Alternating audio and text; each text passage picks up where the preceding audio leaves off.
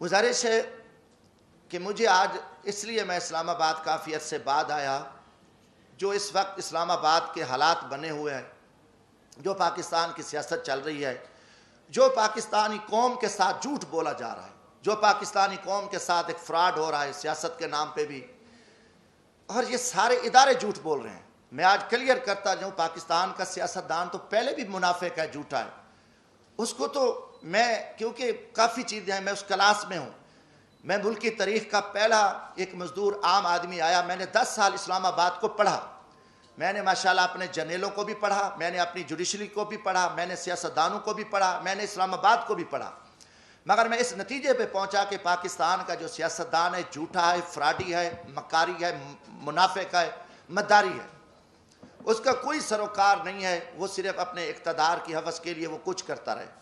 پھر اس کے ساتھ ساتھ ہمارے جو جوڈیشری ادارے ہیں یہ بھی ٹوٹل جھوٹ اور فراڈ پہ مبنی ہے، انہوں نے بھی کوئی قوم کو کچھ نہیں دیا، یہ سارا ایک جھوٹا نظام چل رہا ہے، اور پاکستانی قوم کو 75 سال سے میں کہوں گا کہ انہوں نے اندھیرے میں رکھا ہے، اور نہ یہاں قانون ہے، یہاں نہ کوئی آئین ہے، نہ کوئی نظام ہے۔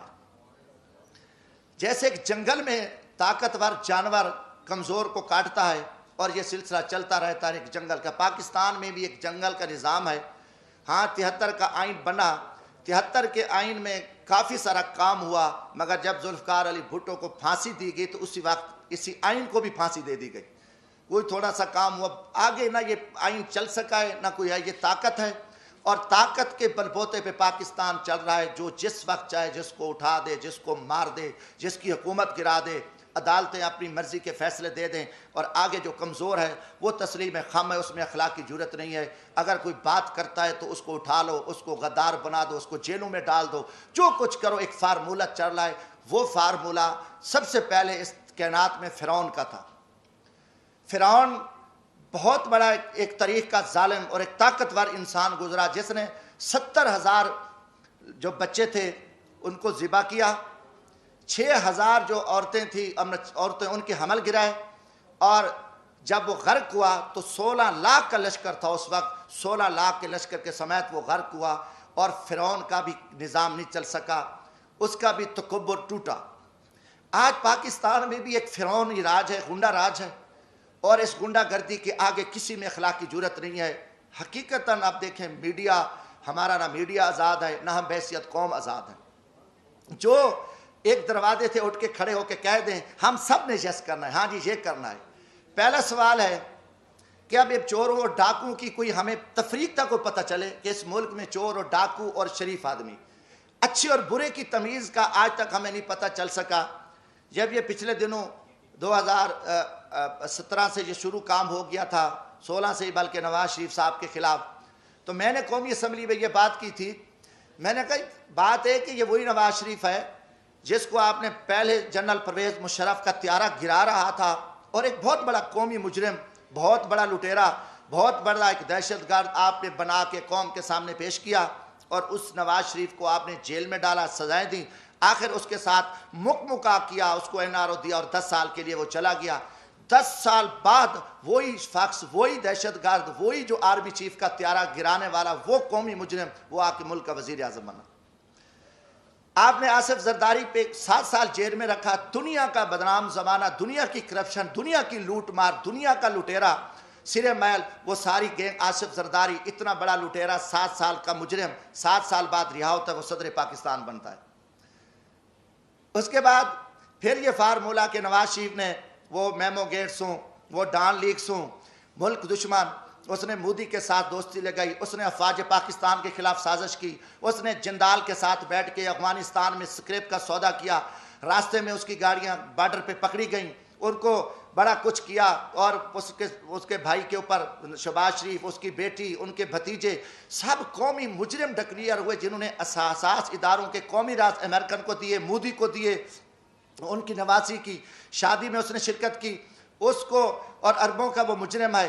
اب اس کو آپ پکڑ لیتے ہیں، اچانک وہ مجرم، اس کی سپریم کورٹ بیٹھتی ہے، سزائیں ہو جاتی ہیں، نااہل ہو جاتے ہیں، وہ بیمار ہوتا ہے، اس کو ماضی کی طرح بھگا دیتے ہو۔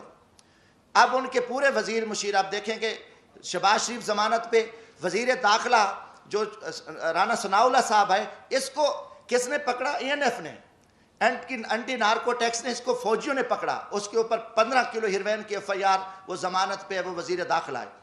یہ سارے پکڑے گئے، مجرم تھے. مجرموں کے بعد آپ دیکھیں 3.5 سال بعد یہ سارے مجرم پاک ہو گئے، ساری چیزیں ختم ہو گئیں. اچانک مکمکا ہوتا ہے، اچانک سودے بازی ہوتی ہے، اچانک عدم اعتماد آ جاتا ہے، اور وہ سارے چور لٹیرے جو افواج پاکستان کے خلاف گالیاں دینے والے، قومی راز دینے والے، پاکستان کو لوٹنے والے، وہ گینگز آ کے وہ وزیر اعظم بھی بن جاتا ہے شہباز شریف، اس کی پوری ٹیم بھی آ جاتی ہے، اب نواز شریف بھی پاک ہے. یہ قوم کے ساتھ آپ مذاق چھوڑ دو.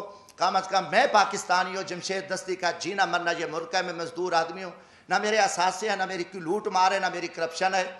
میں پاکستان کی عزت کے لیے، اس ملک کی بقا کے لیے میں بولوں گا، چاہے وہ کوئی جرنل ہو، فوجی، چاہے وہ عدلیہ کا چیف جسٹس ہو، چاہے وہ کوئی سیاستدان ہو.